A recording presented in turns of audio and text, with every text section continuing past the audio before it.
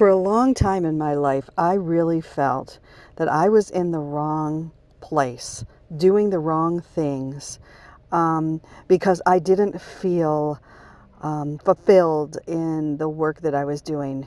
I wanted to proclaim Christ. I wanted to write books. I wanted to speak and just do the Lord's work in a way that was really, really um, it felt really good to me. You know, these were the gifts he gave me. I wanted to use them, and yet I had to go to work every day, right?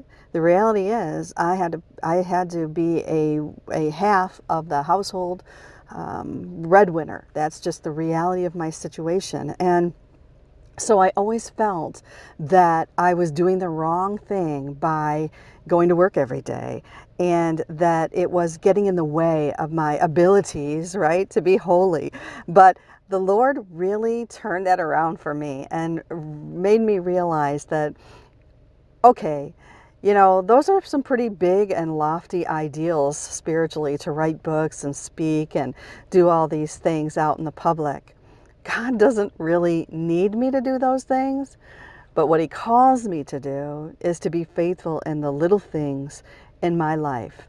When I walk in that door at my place of employment and I'm confronted with a gnarly situation or a nasty coworker, when I'm dragging and desiring to be anywhere else but there, and I have to go and do my work cheerfully, the Lord looks for the little things and the little faithful ways in which we take up our cross and follow Him.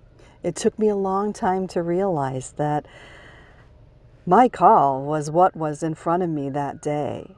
The responsibilities that I had to my family and to my husband, and to go to work every day, even though I didn't feel like it. Those are the things that God honors, those little moments of obedience, those small things, so that He can give you the big things. And you know, it doesn't matter how great your talents are, or my talents are. It doesn't matter how much we accomplish for the kingdom if we're doing it in a really nasty way, right?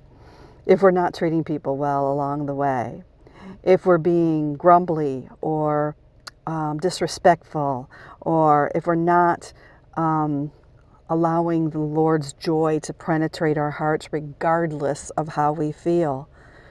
You know, that's the walk of the Christ. That's taking up our cross and following Him.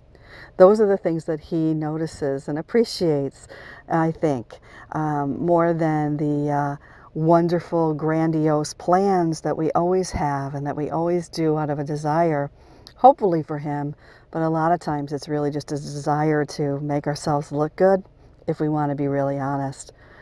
So I today am grateful for the fact that 38 years later, I am still walking in the door of a job that maybe doesn't really fit or feel that great, but the Lord has provided through that job, and I intend to be grateful.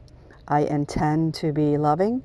I intend to bring His light into every dark corner of my life and my heart, so that I can take up my cross and follow Him, because I love Him. And I know you do too. So carry on with Jesus. He's right there with you. And God bless.